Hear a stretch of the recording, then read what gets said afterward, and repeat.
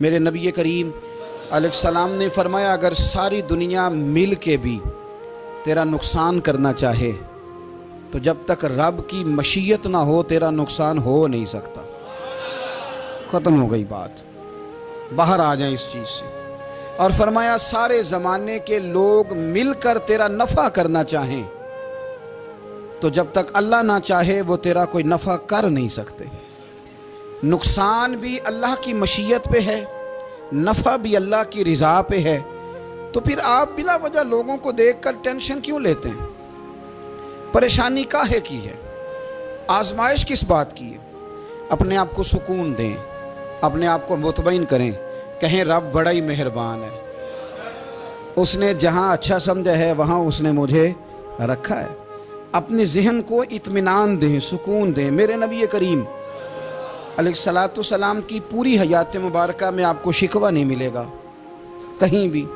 حضور یتیم پیدا ہوئے، کتنی دفعہ آپ کو کتابوں میں ملتا ہے کہ حضور روئے ہوں کہ میرا باپ ہوتا تو ایسے ہوتا، میری اماں ہوتی تو ایسے ہوتی۔ ہم روز نہیں روتے۔ نبی کریم صلی اللہ تعالیٰ علیہ وسلم نے اپنی زندگی ساری آزمائشوں میں گزاری۔ کہیں آپ کو محسوس ہوتا ہے کہ نبی کریم صلی اللہ علیہ وسلم کسی کے پاس بیٹھے اور فرمایا آؤ میں تمہیں اپنے دکھ سناؤں؟ ہمیں تو مسئلہ بن گیا ہے، ہم لوگوں نے اپنے آپ کو غیر مطمئن بنا لیا ہے۔ ہم ان ساری چیزوں کی ڈیمانڈ کرتے ہیں جو ہمارے مالک نے مناسب نہیں سمجھی ہمیں دینی۔ ہمیں اپنے آپ کو مطمئن کرنا چاہیے، سکون میں رکھنا چاہیے۔ اگر آپ تھوڑا سا اپنے آپ کو سکون دیں، اطمینان دیں، کہیں الحمدللہ، اللہ تبارک و تعالی جہاں جس کو چاہتا ہے وہاں اسے بٹھا دیا کرتا ہے۔ پھر ہم لوگوں کا منصب چھیننا چاہتے ہیں، حسد کرتے ہیں، بغض پیدا ہوتا ہے، عداوت پیدا ہوتی ہے، نقصان ہوتا ہے۔ فطری طور پر جو صلاحیتیں اللہ نے دی ہوتی ہیں ان کو بھی زنگ لگ جاتا ہے، زنگ لگنے لگتا ہے ان سب چیزوں کو جو اللہ نے اپنے فضل سے ہمیں دی ہوتی ہیں۔ تو بات کو یاد رکھیں، زندگی میں آپ مطمئن ہو جائیں کہ رب کریم نے جو دیا ہے وہ کمال ہی دیا ہے، کمال ہی۔ حضور کی ایک زوجہ محترمہ تھی تو ان کے ہاتھ ذرا لمبے تھے، مومنوں کی ماں۔ بعض خواتین نے ان سے کہا کہ لمبے ہاتھوں والی، ہم بنا لیتے ہیں نا یہ بھی بات کہ اس کا ناک موٹا ہے تو اس کی آنکھیں چھوٹی ہیں تو اس کے کان بڑے ہیں تو اس کے ہاتھ کیسے ہیں، تو کہا لمبے ہاتھوں والی۔ تو وہ پریشان ہو گئی، نبی کریم علیہ السلام تشریف لائے، کیا ہوا؟ عرض کی یا رسول اللہ مجھے لمبے ہاتھوں والی کہتے ہیں۔ تو حضور فرمانے لگے یہ پریشان ہونے والی بات ہے کہ خوش ہونے والی بات؟ یا رسول اللہ کیا مطلب؟ فرمایا تو کہہ کہ رب نے لمبے ہاتھ اس لیے دیے ہیں تاکہ میں سخاوت زیادہ کر سکوں، میں سخاوت زیادہ۔ یہ جو میرا چہرہ ہے نا، یہ جو آپ کا چہرہ ہے، یہ آپ کی چاہت ہے کہ اللہ کی؟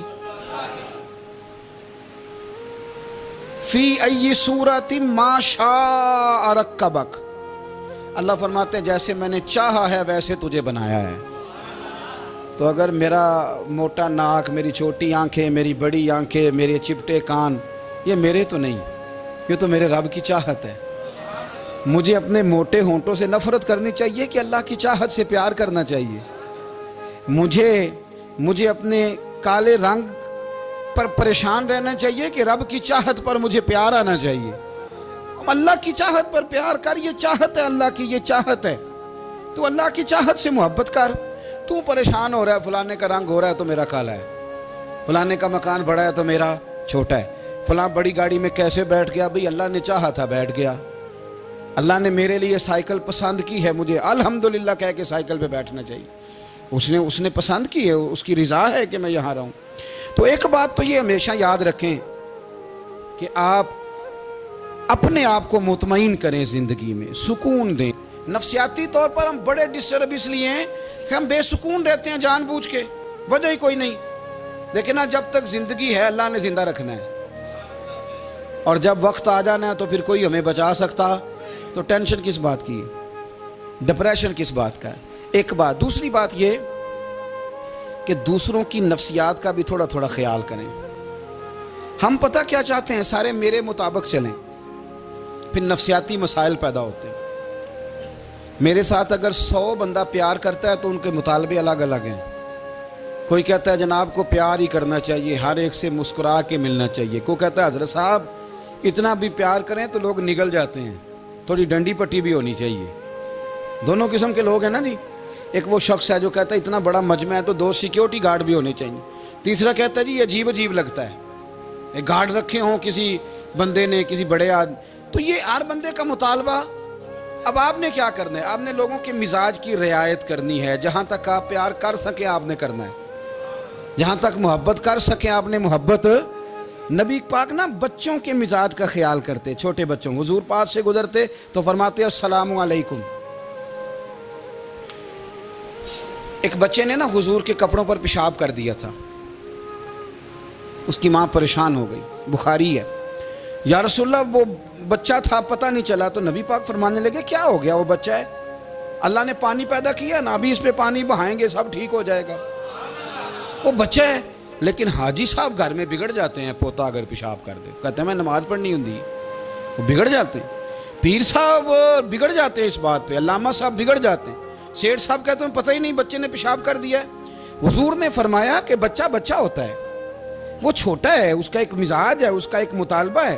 اب آپ یہ کہیں کہ وہ بڑا مجھے پاک صاف سمجھتا ہے تو اس رویے سے میرے ساتھ وہ ملاقات کرے. آپ اس کے مزاج کی رعایت کریں گے.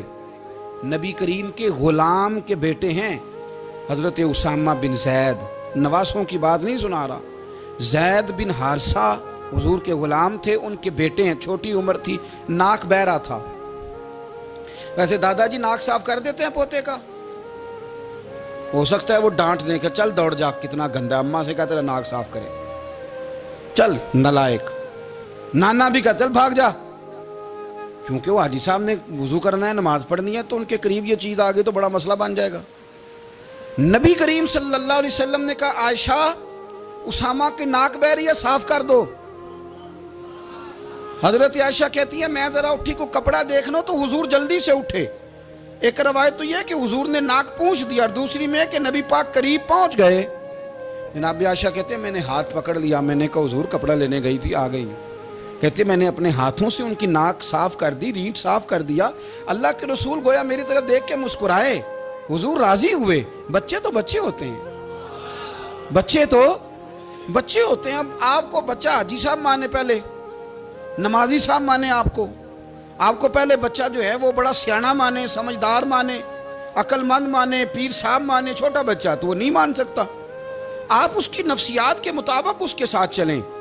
آپ رویہ وہ رکھیں کہ وہ بچہ ہے، وہ چھوٹا ہے.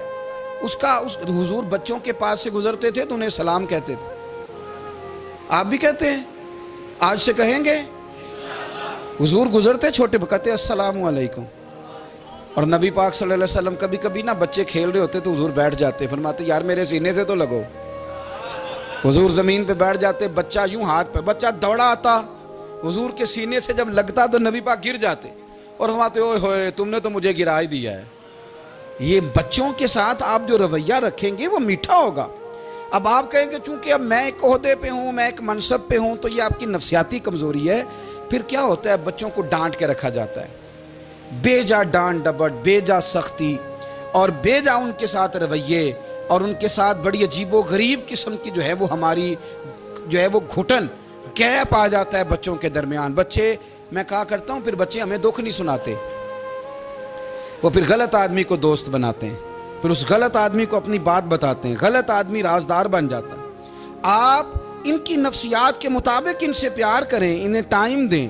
آپ دیکھیں یہ کیا سوچتے ہیں، کیا کہتے ہیں، کس طرح کا ان کا رویہ ہے بچوں کے ساتھ. پھر نوجوان جب کوئی ہو جاتا ہے تو اس کی سوچیں جوان ہو جاتی ہیں. نوجوانوں سے معذرت کے ساتھ نبی پاک علیہ السلام نے نوجوانوں کی حکومت سے پناہ مانگی، نوجوانوں کی حکومت سے پناہ مانگی ہے، اس لیے کہ نوجوان بڑی جلدی پیار بھی کرتا ہے اور بڑی جلدی نفرت بھی کرتا ہے. سوچیں مضبوط نہیں ہوتی. نوجوان آدمی، جوان آدمی، بکھری ہوئی سوچیں ہوتی. میرے رسول کریم صلی اللہ علیہ وسلم نوجوانوں سے ان کے مزاج کے مطابق ڈیل کرتے تھے، ان کی طبیعت کے مطابق ان کی ذہن سازی کرتے تھے. ہم نہ جوانوں کو وقت نہیں دیتے، ہم مطالبہ کرتے ہیں نوجوان سے کہ وہ ہے نوجوان باتیں بوڑھوں والی کرے. اگر جوانی میں بوڑھوں والی باتیں کرے تو پھر تو شیخ سعدی کہتے ہیں سارے بوڑھے چھوڑ کے اس نوجوان کے پاس بیٹھو، اس کے پاس فیض زیادہ ہے. اگر ایسا ہو جائے، کیونکہ در جوانی توبہ کردن شیوائے پیغمبری، یہ تو اچھی بات ہے، لیکن میرے عزیز اگر ایسا نہ ہو، ایسا ممکن نہ ہو، تو پھر نوجوان کو آپ اس کی طبیعت کے مطابق ڈیل کریں، آپ اس کی سوچ دیکھیں، اس کا رویہ دیکھیں، اس سے پیار کریں۔ نبی کریم علیہ السلام کے پاس ایک نوجوان داخل ہوا، اندر داخل ہوتے ہی اس نے فٹافٹ ایک بات کر دی، کہنے لگا یا رسول اللہ مجھے زنا کی اجازت دے دیں۔ میرے جذبات بہت بھٹک گئے، میں روک نہیں سکتا۔ ہمارے ہاں ہمارے گھر میں کوئی فون کرے تو ہم غیرت مند بن جاتے ہیں، میری غیرت کو گوارا نہیں کہ کوئی میرے گھر میں فون کرے، اور اگر میں کسی کے گھر میں فون کروں تو پھر غیرت کدھر گئی؟ پھر بھی آپ غیرت مند نہیں صاحب، پھر بھی آپ غیرت مند نہیں۔ اگر آپ کسی کے گھر فون کرتے ہیں تو آپ غیرت مند نہیں، تو یاد رکھیں اگر آپ یہ حرکت کر رہے ہیں تو پھر آپ کو بھی تھوڑا احساس ہونا چاہیے نا۔ نبی کریم صلی اللہ تعالیٰ علیہ وسلم سے اس نے کہا مجھے زنا کی اجازت دیں دے۔ حضور فرمانے لگے آگے آ جاؤ۔ حضرت عمر کہتے ہیں مجھے بڑا غصہ تھا، میرا دل کر رہا تھا اٹھوں اور 2 تھپڑ ماروں اسے، طریقہ ہے بات کرنے کا۔ حضور نے بلایا، پاس بٹھایا، تھپکی دی، فرمایا ایک بات تو بتا، تیرے سوال کا جواب پھر دیتا ہوں، ایک بات تو بتا۔ یا رسول اللہ صلی اللہ تعالی وسلم ارشاد فرمائیے۔ حضور فرمانے لگے تو پسند کرتا ہے کہ تیری بہن کے ساتھ کوئی زنا کرے؟ پسند کرتا ہے تو کہ تیری بہن کے ساتھ کوئی زنا کرے؟ کہنے لگا حضور میں بات بھی سننا پسند نہیں کرتا۔ تیری بیٹی کے ساتھ؟ کہنے لگا حضور زبان اس کی کھینچ لوں گا جو یہ بات کرے گا۔ کہا تیری ماں، تیری پھوپھی، خالہ کا؟ حضور خبردار کسی بندے کو میں اجازت نہیں دوں گا۔ تو رسول کریم فرمانے لگے جس سے تو زنا کی اجازت مانگ رہا ہے وہ بھی تو کسی کی بہن ہے نا، وہ بھی تو کسی کی بیٹی ہے۔ جو غیرت، جو حمیت تجھے اپنے گھر کے بارے میں آتی ہے وہ دوسرے کے بارے میں کیوں نہیں آتی؟ جب نبی کریم نے اس نوجوان کو اس کے مزاج کے مطابق سمجھایا تو اس کی آنکھوں میں آنسو آ گئے۔ عرض کرنے لگا یا رسول اللہ صلی اللہ تعالیٰ علیہ وسلم، حضور زنا کی ارادہ تو ایک طرف، آج کے بعد میری زبان پر اس کا نام بھی نہیں آئے گا۔ آپ سامنے والے کی نفسیات کو دیکھیں، آپ اپنے موڈ میں نہ رہیں۔ مجھے بڑی اچھی طرح یاد ہے ایک دفعہ نا مسجد میں ایک بچے نے نا آدھی بازوؤں کی شرٹ پہن کے نماز پڑھی۔ ایک بابا جی نے ان کو نا منع کیا، کہنے پورا کپڑے پا کے آیا کر، پتہ نہیں تمہیں؟ وہ کہنے لگا، بچہ کہنے لگا نماز ہو جاتی ہے، بازو آپ فولڈ کر کے ایسے کر کے، بڑے بازو فولڈ کر کے پڑھیں گے تو کراہت ہے، لیکن ویسے بھی آدھے بازوؤں والی شرٹ میں نماز ہو جاتی ہے، لیکن اچھا عمل نہیں، اچھا یہی ہے کہ آپ کے بازو پورے ہوں۔ تو بزرگ ان سے کہنے پورے کپڑے پہنو، کہنے لگا بھئی ہو جاتی ہے نماز، میں بھی تھا۔ تو مجھے انہوں نے کہا جی حضرت صاحب بات سننا، میں نے کہا جی حکم۔ کہنے لگے ان کپڑوں میں نماز ہو جاتی ہے؟ میں نے کہا جی ہو جاتی ہے۔ کہندے لگتا ہے منڈا چودھریاں دا ہے، منڈا لگتا ہے چودھریاں دا ہے۔ فٹافٹ اسی وقت انہی پیروں پہ میں کہا جی ہے واقعی چودھریاں دا بچہ، لیکن مسئلہ یہ ہے کہ دین چودھری کے لیے بھی وہی ہے اور غریب کے لیے بھی۔ تو آپ اس بچے بیچارے کو اندر آنے تو دیں، اس کو مسجد میں داخل ہونے دیں، انشاءاللہ کپڑے بھی ٹھیک پہن کے آ ہی جائے گا۔ لیکن ہم نے تو ذہن بنا لیا ہے کہ ہم نے اپنی مرضی کے مطابق لوگوں کو قابو کرنا ہے۔ ہم لوگوں کی ذہن کے مطابق اترنے کو تیار نہیں، بس سارے میرے مطابق چلیں۔ یہ تو بات کو پیشوا کرے گا، مقتدا کرے گا، وہ بھی سمجھائے گا۔ رسول کریم علیہ الصلوۃ والسلام لوگوں کو جبرن نہیں جھکاتے تھے، حضور دلائل دیتے تھے۔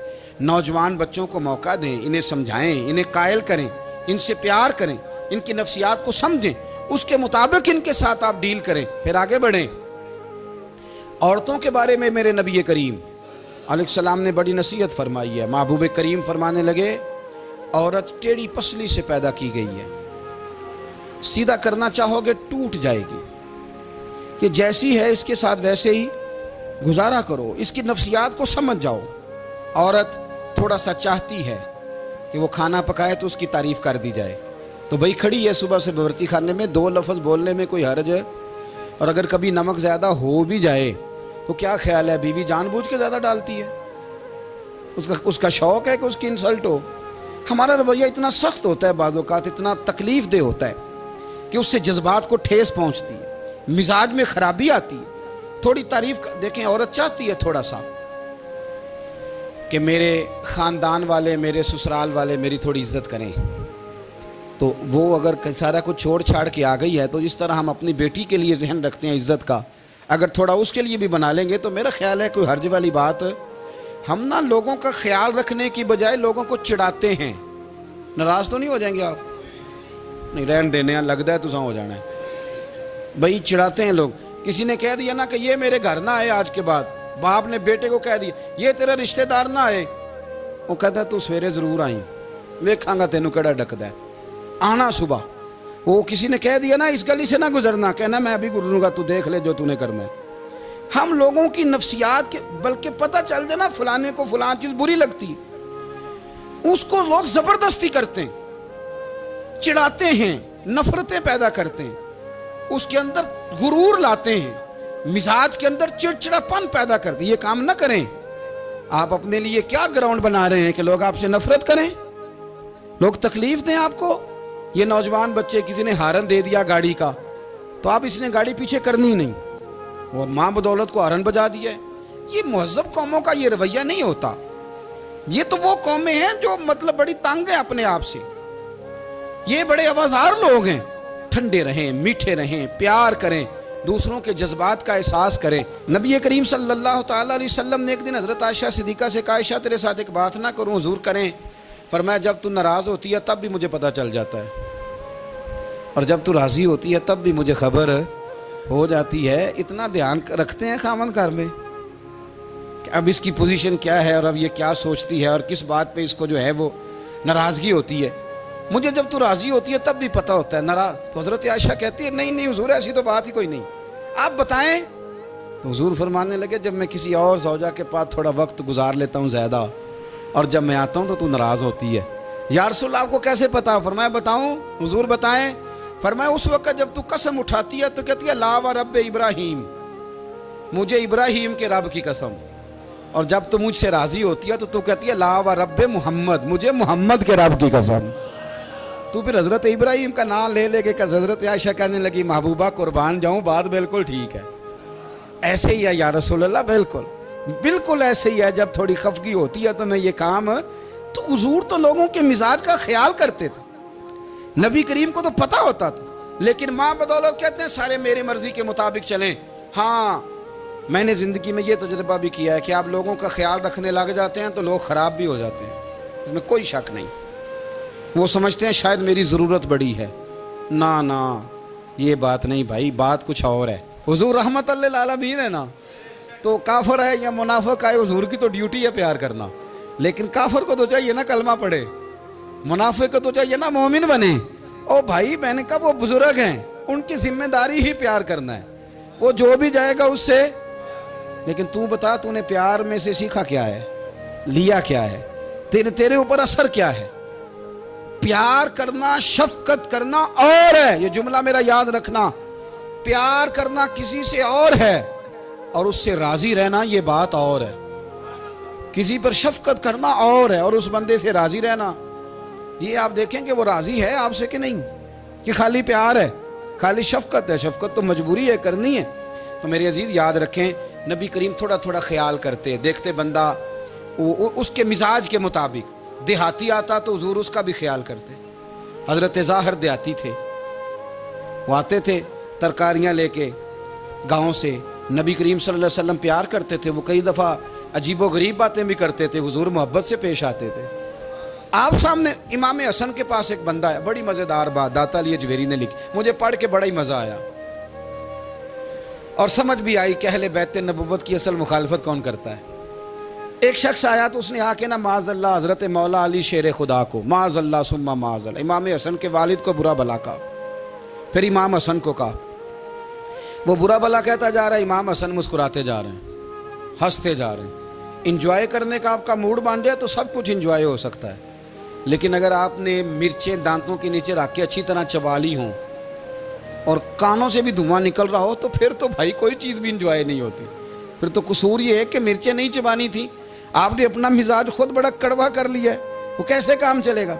وہ آیا تو اس نے آ کے نا امام حسن کو، آپ کے والد کو معاذ اللہ ثم معاذ اللہ، نقل کفر نہ باشد، برا بھلا کہا۔ وہ کہتا جا رہا ہے، امام صاحب ہنستے جا رہے ہیں۔ جب وہ تھک گیا تو امام حسن فرمانے لگے روٹی کھانی ہے؟ بھوک تو نہیں لگی ہوئی؟ کہنے لگا بڑی لگی ہوئی ہے۔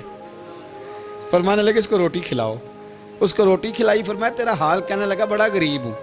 ایک پیالے میں چاندی بھر کے امام حسن نے اسے دی، اور جب اس کو دے دی نا تو غور سے چہرہ دیکھنے لگا، کہنے لگا آپ کا حلم دیکھ کے، سخاوت دیکھ کے مجھے یقین آ گیا ہے کہ آپ واقعی خون رسول ہیں۔ امام صاحب فرمانے لگے یہ بیچارہ اصل میں تنگ ہے اپنی زندگی سے، اصل اس کا حال کوئی نہیں، تو میرے ساتھ یہ حرکتیں کر رہا ہے۔ تو یہ آپ سمجھیں اس بات کو، کچھ لوگ بیچارے ویسے ہی تنگ ہوتے ہیں، پریشان ہوتے ہیں، ویسے ہی بلا وجہ معاملہ ہی کوئی نہیں۔ امام حسن رضی اللہ تعالیٰ عنہ نے ہمیں سبق دیا ہے۔ وہ علامہ اقبال کہتے ہیں کہ ایک مولانا نا میرے سامنے نا ایک بھوکے آدمی کو سامنے بٹھا کے تو حدیث پاک کا درس دے رہے تھے۔ وہ بندے کو بھوک بڑی لگی ہوئی تھی، وہ درس دیتا جا رہا ہے۔ تو اقبال کہتے ہیں میں نے اسے کہا کہ فاقہ کش کو درس شریعت سے کیا غرض، اس کے شکم کی آگ کو تو روٹی چاہیے، میں اسے روٹی کھلا، اسے تیری کوئی سمجھ نہیں آ رہی، تو بھوک لگی ہوئی ہے، پہلے کھانا کھلا لے، پھر ذرا اس کے ہوش ٹھکانے آئیں گے، پھر اسے دین کی بات بتانا۔ ہم لوگوں کا ذہن نہیں سمجھتے کہ بندہ کس قسم کا ہے۔ سارے ہی صحابہ حیا والے تھے، سارے ہی اکرام والے تھے، اور حضور سید عالم صلی اللہ علیہ وسلم کی پیاری زوجہ حضرت عائشہ صدیقہ رضی اللہ تعالیٰ عنہ فرماتی ہیں کہ میں حضور کے گھر میں پردے کے پیچھے دیکھ رہی تھی، نبی کریم آرام فرمائے تو حضور کی نا تہمت مبارک پنڈلیوں سے ذرا اونچی ہو گئی، پنڈلیوں سے ٹخنوں تک مرد کا چھپا ہوا ہو تو وہ جائز ہے، اس سے نیچے ننگا نہیں کرنا چاہیے، اوپر اس سے ٹخنوں سے اوپر، نیچے ہو بھی جائے تو خیر ہے۔ حضور کی پنڈلیاں نا تھوڑی سی چادر ہٹی ہوئی تھی، پنیاں کہتے ہیں ہم پنجابی میں، پنڈلیوں سے ذرا چادر ہٹ گئی، حضور لیٹے رہے، آرام فرما رہے۔ فرماتی ہیں باہر دستک ہوئی، حضور نے فرمایا کون ہے؟ عرض کی ابو بکر صدیق کو، یا رسول اللہ اجازت ہو تو حاضر ہو جاؤں؟ حضور نے فرمایا آ جاؤ۔ کہتے ہیں حضور لیٹے رہے، حضرت ابو بکر آئے، بات چیت ہونے لگی، تھوڑی دیر کے بعد پھر دستک ہوئی، کون ہے دروازے پہ؟ یا رسول اللہ عمر بن خطاب ہوں۔ فرمایا آ جاؤ، آ گئے، بات چیت ہوتی رہی، تھوڑی دیر کے بعد عثمان غنی آئے، یا رسول اللہ آ جاؤں؟ فرمایا عثمان ذرا ٹھہر۔ حضرت عثمان ٹھہر گئے، نبی کریم اٹھ کے بیٹھے، چادر مبارک پنڈلیوں کے گرد لپیٹی، اپنے کرتے کو سیدھا فرمایا، کہا عثمان آ جاؤ۔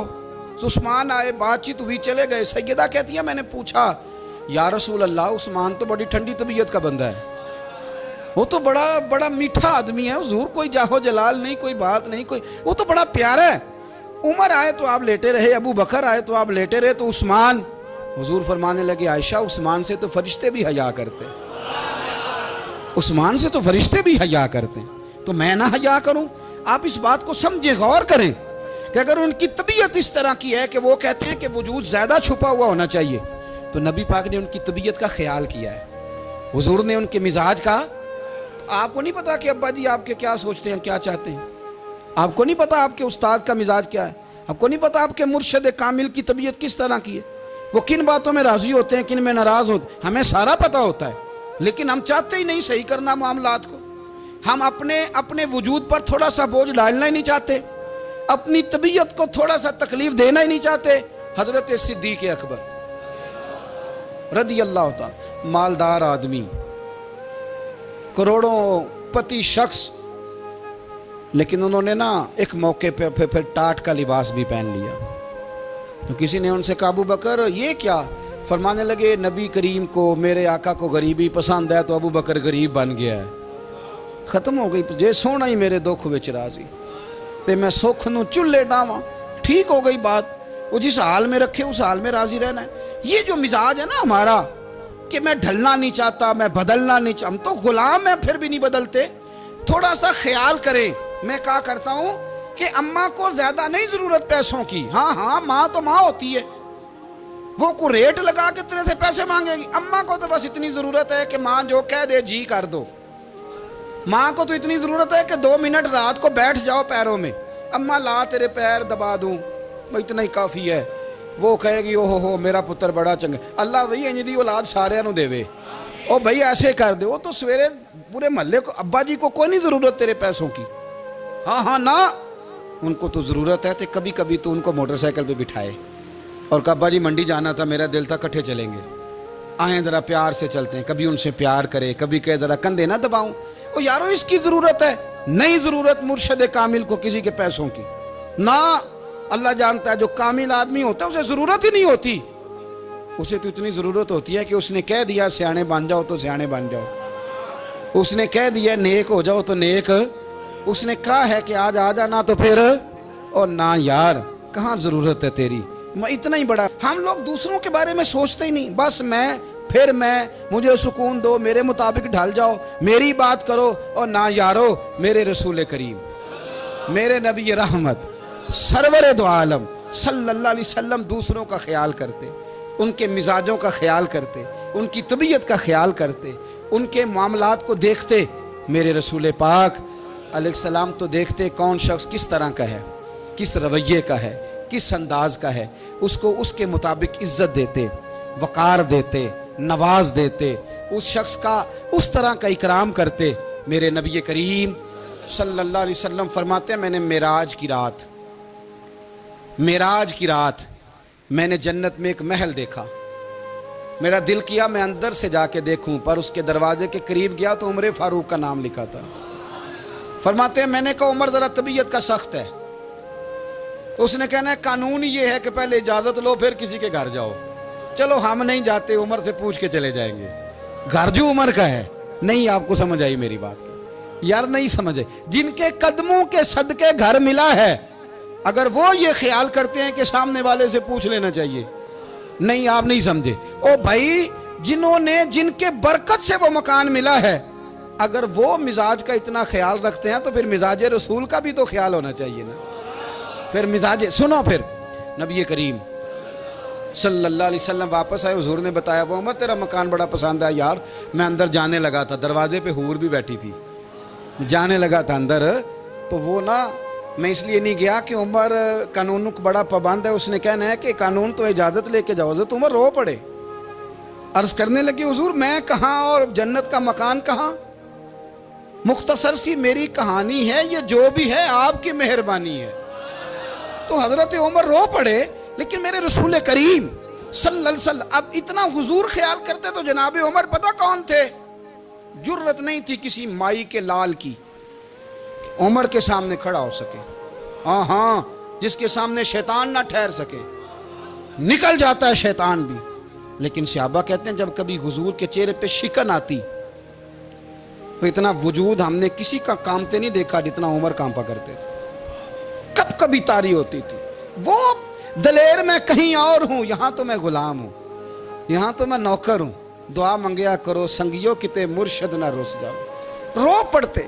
اور طریقہ کیا ہوتا، زمین پہ کونیاں رکھ کے نا، کونیاں گھٹنے، اب میں آپ کو کر کے کیسے دکھاؤں، حدیث صحیح میں موجود، یہ کونیاں زمین پہ رکھ کے نا، جیسے بچے نہیں چلتے، کونیاں دونوں زمین پہ حضرت عمر رکھ دیتے، اور یوں کونیاں رکھ کے تو یوں ہاتھ باندھ دیتے حضور کے سامنے، نیچے کونیاں اور ہاتھ باندھتے، اور پھر روتے جب حضور ناراض ہوتے، تو کسی اور سے ناراض ہے نبی پاک، عمر سے نہیں، تو یوں دونوں ہاتھ بچھا دیتے، یوں ہاتھ باندھتے اور کہتے رضیت باللہ ربم وبالاسلام دینم ونبینا محمد صلی اللہ علیہ وسلم، یا رسول اللہ میں بڑا راضی ہوں کہ اللہ میرا رب ہے، حضور میں بڑا راضی ہوں، حضور میں بڑا راضی ہوں کہ اسلام میرا دین ہے، و محمد نبیم و رسولہ، اور میں بڑا راضی ہوں کہ اللہ نے محمد کو نبی اور رسول بنایا ہے، حضور بڑا راضی ہوں، مہربانی فرما، بڑا راضی ہوں۔ یہاں پیر سید علی حسین شاہ صاحب اشرفی رحمۃ اللہ علیہ کچوشا شریف کے بزرگ تھے، اور شان یہ تھی کہ چہرہ غوث پاک سے ملتا تھا،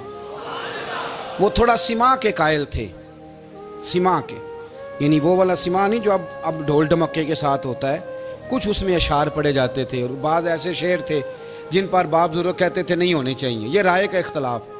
ان کے یہاں ایک خلیفہ تھے سید ابو البرکات شاہ صاحب، مفتی اعظم پاکستان، وہ خلیفہ ہیں لیکن بڑے عالم تھے۔ سید صاحب یہاں آئے تو لوگوں نے کہا حضور کو شعر پڑھیں، تو آپ فرمانے لگے یہ میرا مرید مفتی اعظم ہے، یہ منع کرتا ہے، یہ ان باتوں سے منع کرتا ہے، تو یہاں نہیں پڑھنے۔